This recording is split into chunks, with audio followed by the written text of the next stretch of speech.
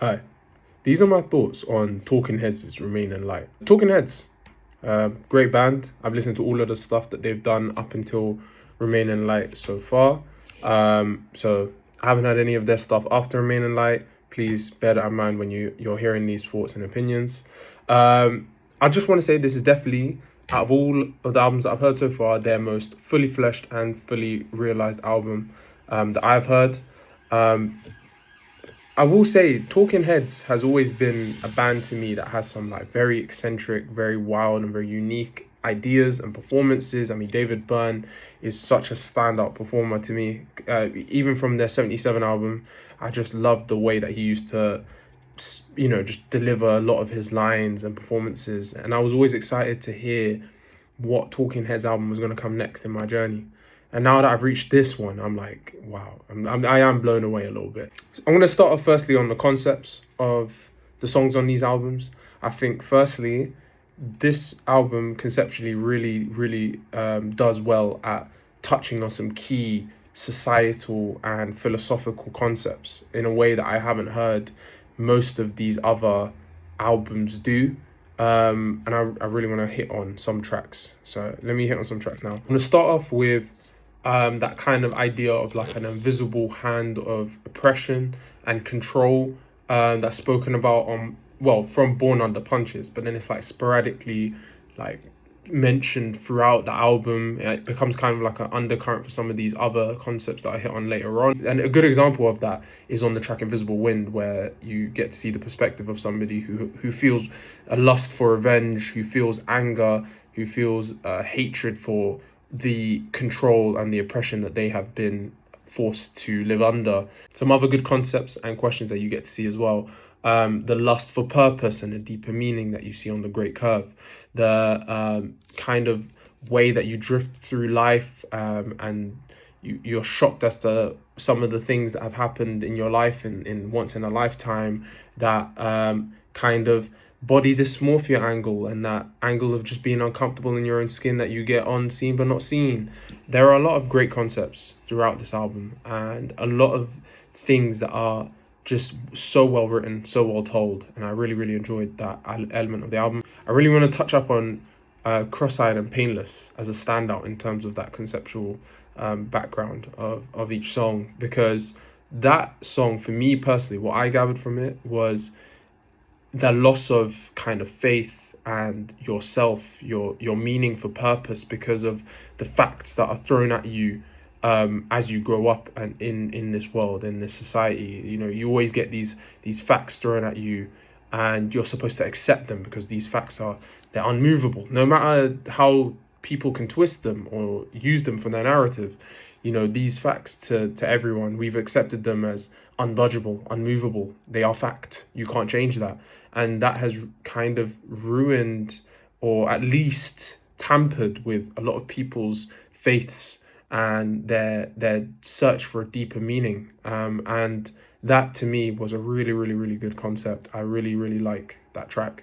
And I just want to say that the way that the songs are written is in a way that, like, for me, these are what the things that I've gathered from these songs. But other people can gather other concepts and other feelings and other emotions from these tracks too. It's written in a way where it isn't closed-ended. It's an open-ended way of gathering all these ideas. So whatever I gathered from this track might be very different from what you guys might gather from the lyrics on these songs too. So very well written. In terms of the production spot is flawless. From top to bottom is amazing. The first, I think 5-6 tracks are just so fiery. They're so eccentric. They're so wild. You get to hear this really tightly produced stuff. The electronic synths on the first track that I keep going back to. I love them. The horn samples that you hear on Houses in Motion. They're not samples, sorry. The horns that you hear on Houses in Motion, amazing. I can't stop listening to them. The guitar solos on The Great Curve. It's just, there are moments and flashes of instrumentation that is just so amazing and mind-boggling. I really love this stuff. That Afro style drum influence that you hear throughout this album as well just works so well. It's such a beautiful blend of different genres, like funk, like rock, like that, just so many things, and I love it. Every track, despite how wacky and wild the performances are, despite how deep thinking the concepts and the writing is, still has a jam. It has a groove. It has something you can vibe to, dance to. It's really well performed, really well done. Awesome production. I can't say anything more than that on that. The final thing I want to end off with is the track Overload as a standout for me, because it's such a unique track compared to the rest of this track list. It doesn't fit in with the vibe of the rest of the album production wise, because it has that like Joy Division-esque production, very dark, atmospheric, echoey. The vocals are like almost distant from and stand out from the production. It's like you're in an echo chamber of just gloominess, and it's really cool that they hit up on these Joy Division styles.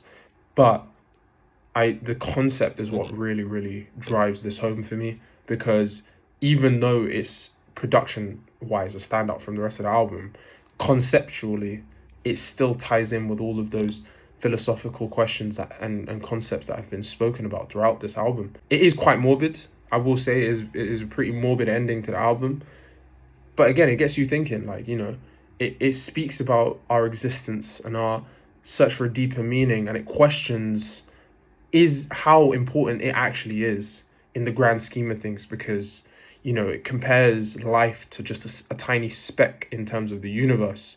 And what is our purpose, what is our drive, what is the meaning of our existence? It really puts those things into perspective. Well, for me anyways, that's what I gathered from them. You hit up on all these different concepts, and then you get to the final track, and it's just such a question on why are we doing this, why are we here. And I just think it does, despite it being not my usual taste for a finale, it really does hit a nice touch for the end of the album. So yeah, I really like this album. In fact, I pretty much love this album. I can't stop listening to it. It's so enjoyable, so listenable. I would recommend it to anybody. Go listen to it. It's great. And it arguably is the best album I've heard in the year 1980 so far. Talking Heads, Remain in Light. I'm going to give this one a 10 out of 10. I have nothing bad to say about it. And yeah, thank you for listening. I hope you enjoy it. Bye.